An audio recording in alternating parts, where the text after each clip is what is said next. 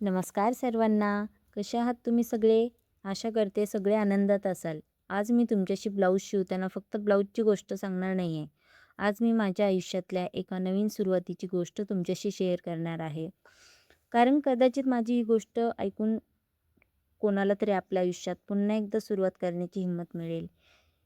मी काही मोठी डिझायनर नाही, माझं मोठं बुटीक नाही, माझ्याकडे मोठं सेटअप पण नाही आणि खरं सांगायचं तर मी अजून या कामाची सुरुवातच केली आहे. मी 1 ऑगस्टपासून पुन्हा ब्लाऊज शिवायला सुरुवात केली. हो, फक्त काही दिवसच झाले आहेत. अजून माझ्याकडे भरपूर ग्राहक पण नाही आहेत. आजूबाजूच्या सगळ्या लोकांना माझं काम माहीतही नाही आहे आणि प्रत्येक टेलरकडे ब्लाऊज द्यायचा म्हटलं की म्हणजे नवीन टेलरकडे ब्लाऊज द्यायचा म्हटलं की प्रत्येकाच्या मनात एक प्रश्न असतो. आपला ब्लाऊज नीट तर शिवून मिळेल ना? आणि हा प्रश्न चुकीचा नाही. कारण प्रत्येकाला आपल्या कपड्याची काळजी असते. म्हणून माझ्याकडे एखादी नवीन ग्राहक येतं, एक ब्लाऊज घेऊन येतं आणि म्हणतं, "तुम्ही नवीन शिकत आहात ना, आधी एक ब्लाऊज शिवून द्या. मला आवडला तर मी परत ब्लाऊज घेऊन येईल." आणि मी सुद्धा तिला कधी असं म्हणत नाही, "तुम्ही माझ्यावर विश्वास ठेवा."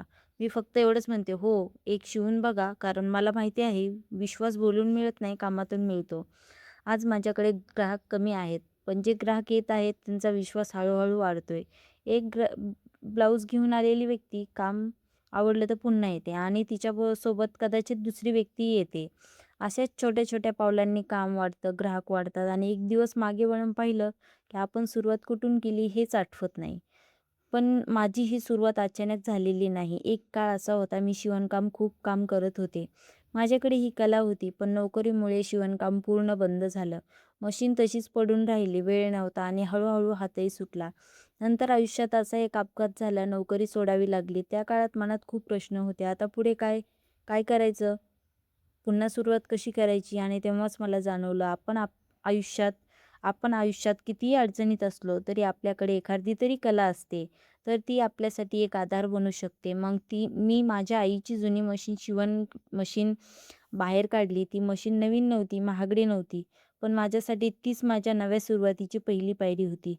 सुरुवातीला मनात भीती होती, पुन्हा जमेल का? हात आधीसारखा चालेल का? लोक माझ्याकडे ब्लाऊज देतील का?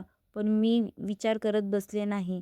मी मशीनसमोर बसले आणि सुरुवात केली. पहिला ब्लाऊज, मग दुसरा आणि आता हळू माझं काम पुन्हा सुरू झालं आहे. सध्या माझ्याकडे दिवसाला फक्त साधारण 2 ब्लाऊज येतात. पण मला त्याचं वाईट वाटत नाही, कारण 2 ब्लाऊज म्हणजे 2 संधी आहेत.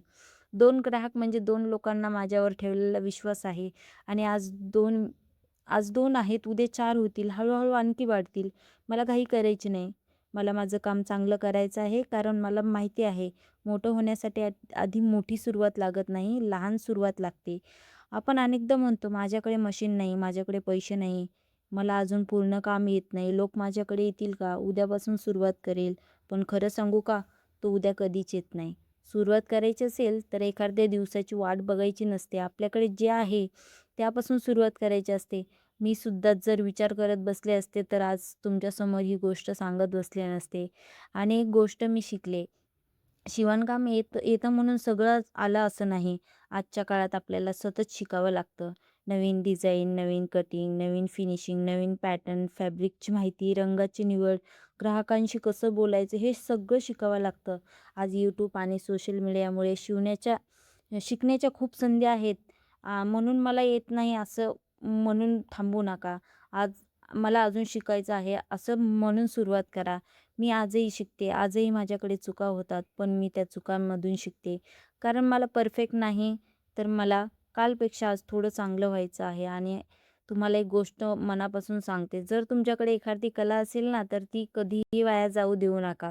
शिवणकाम असेल, स्वयंपाक असेल, मेहंदी असेल, पेंटिंग असेल, क्राफ्ट असेल किंवा अजून काही असेल. आज कदाचित त्यातून पैसे मिळत नसतील, पण उद्या कधी ना कधी त्या कलेची गरज पडेल. हे आपल्याला माहीत नसतं. म्हणून स्वतःमध्ये एकतरी कौशल्य नक्की ठेवा. महागाई वाढत राहील, परिस्थिती बदलत राहील, पण आपल्याकडे कमाई करण्याची कला असेल, तर परिस्थिती लढण्याची ताकद नक्की वाढते. आणि माझी ही गोष्ट फक्त महिलांसाठी नाही. ज्याला कोणाला वाटते, की मला काहीतरी करायचं आहे, मला कुठून तरी सुरुवात करायची आहे, हे समजत नाही, त्यांच्यासाठी आहे. तुम्ही बिगिनर असाल, तर घाबरू नका. कारण प्रत्येक एक्सपर्ट कधीतरी बिगिनरच होता. फरक फक्त एवढाच, त्याने सुरुवात केली.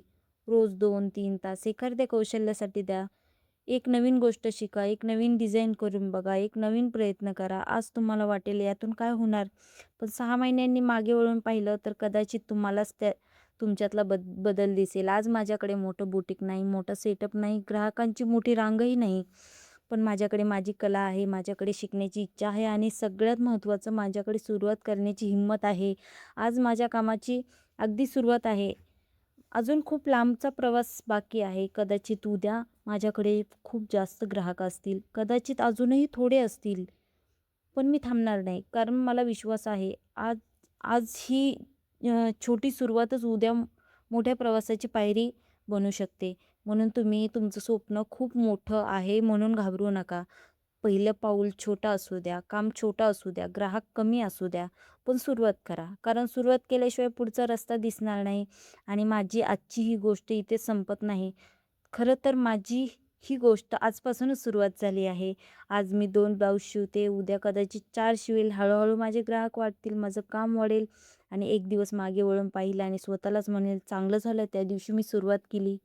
आणि जर माझी ही छोटीशी गोष्ट ऐकून तुमच्याही मनात असं आलं असेल, मी सुद्धा माझ्यासाठी काहीतरी सुरू करणार, तर आजपासूनच तुमच्या स्वप्नासाठी पहिलं पाऊल टाका. कमेंटमध्ये फक्त एक शब्द लिहा, सुरुवात. मला कळेल की तुम्हीही आजपासून तुमच्यासाठी पहिलं पाऊल टाकत आहात. चला पुन्हा भेटूया पुढच्या व्हिडिओमध्ये. तोपर्यंत स्वतःवर विश्वास ठेवा, शिकत राहा आणि आपल्या कलेवर प्रेम करा. कारण कदाचित तुमची आजची छोटीशी सुरुवातच उद्या तुमची मोठी ओळख असेल. धन्यवाद. बाय. भेटूया पुढच्या व्हिडिओमध्ये.